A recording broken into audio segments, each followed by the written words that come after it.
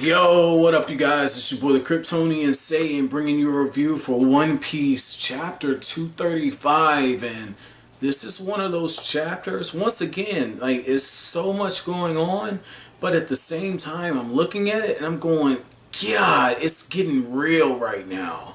Like it's getting real. Like that line where Zoro tells Usopp it's too late to turn back now. Oh my God, this just makes you not want to put the volume down. Like this is, oh man, I was just like, yo, this is good. This is good, man. This is really good. But I like how Oda just throws us for a loop.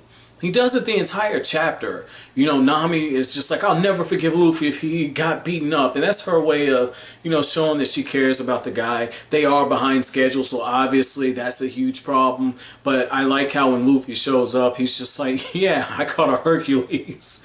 Like, Luffy is just like, Luffy operates on Luffy time, and it looks like it's gonna cost them because as they're setting sail, Nami tells them like, hey, we're behind schedule, and that's when they see the Emperor Cloud show up, and that's when they get detection at the giants of the Grand Line, the sea monsters. They've shown up. You know, Masira and his brother, they've located the whirlpool that they need to sail into, and it's different than any other storm that we've seen so far in the One Piece Grand Line era. You know, I call this the Grand Line era, but it's different than anything we've seen before because Oda pays more attention to detail on this one. Like, we get more sense that the winds are higher, and you have somebody like Nico Robin who says that she's never seen anything this intense. And you got to remember, she's kind of been floating from place to place and worked as, you know, Crocodile's right hand woman at this point, so she's seen some stuff. So for her to say it, it adds more to the tension of what's going on. And then when you look at the fact that, you know, Nami's freaking out because she's saying like, okay, the log is pointing straight up, but nobody told us that we need to sail into something like this. And the only one who is really just calm about it is Luffy, because Luffy's just like, this is it, we're doing it. And I guess Zoro too, because Zoro's watching Luffy and he's kind of following his lead at that point. But this just tells you something. You know, this chapter for me, it comes off really like a teaching moment, because it seems like Oda is telling you sometimes in life you get to those moments where, you know, sometimes you have to, you know, screw up all the way. You let your nuts hang and hope life doesn't kick you in the ball sack. So that was cool to see that, and how Luffy is just like, if we're going to make this, we're going to make it. If not, we're all going to be mashed potatoes on the ocean floor. So that was cool. Whereas on the other side of it, you have his kindred spirit. And I'll call Blackbeard his kindred spirit, because Blackbeard, you know, he really reminds me of my uncle. You know, he was just like, you know, if we see them, we see them. But if we're going to stop them, we have to stop them now. You know, he's kind of taking a live and let live approach.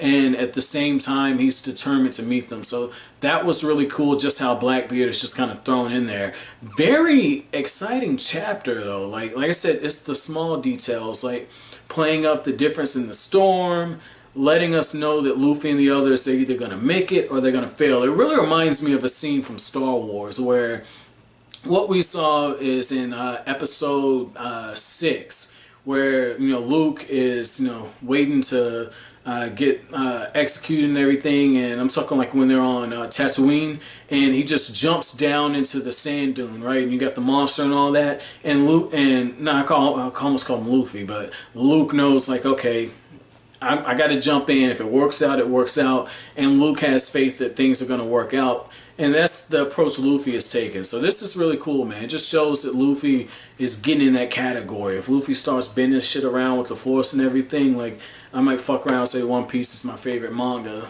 Guys, like I said, very simple chapter. My chapter question for you all is, what were your thoughts when you saw Nami freaking out? The reason why I focus on Nami is the navigator, and yet when you compare her to Luffy, and how Luffy is just passing time by playing around with the Southbird and saying, hey, the Southbird, if it doesn't look south, it gets anxious. And yet when you look at Nami, Nami is the one who's freaking out. She's very tense throughout the chapter, and she's a navigator. She's got to keep a cool head. You know, I really feel like that's, you know, interesting just to see those two play off each other. Guys, that's it for this review. If you like anything I had to say, hit that like button, comment, rate, subscribe, share. I will greatly appreciate it. As always, thanks for watching.